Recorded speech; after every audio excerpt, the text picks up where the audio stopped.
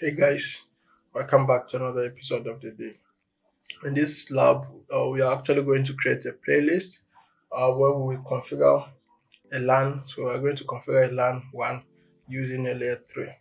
So first of all, we need to set step one. Step one will be setting up LANs. So we are going to set the two LANs, and then the step two will be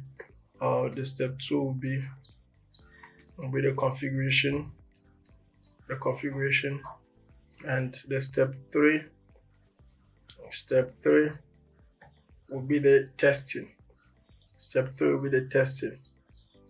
Okay. Well, step 3 will be the testing. So we'll test if the communication is going through. Alright, so in step 1, we need to look for the layer 3 switches. Where do we get them? We get them over here. So these two are layer 3 switch. We can pick one over here, this, and then this one. And then we'll look for the end devices. Let's say these two. I'll get the laptops over here. So I'll get 3 of them. Okay, so these are the end devices which I'm going to use. Then I'll just copy them. I will come here, come here, paste, and then send them over here. Okay, here, yeah. So now I have to connect, getting the cables from here. I will connect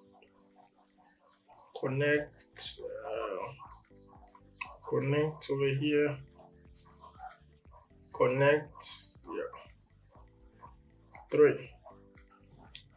I'll do the same thing for the other side as well.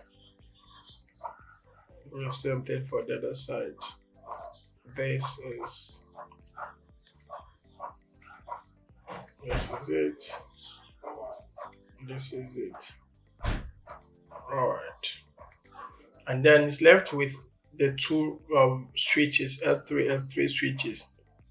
Then we know they are similar devices, so they're going to connect through a cross cable. So I'll pick cross cable, I'll pick Ethernet 4, I'll also pick 4 over here. All right, for my two end devices. So this is how it's going to be.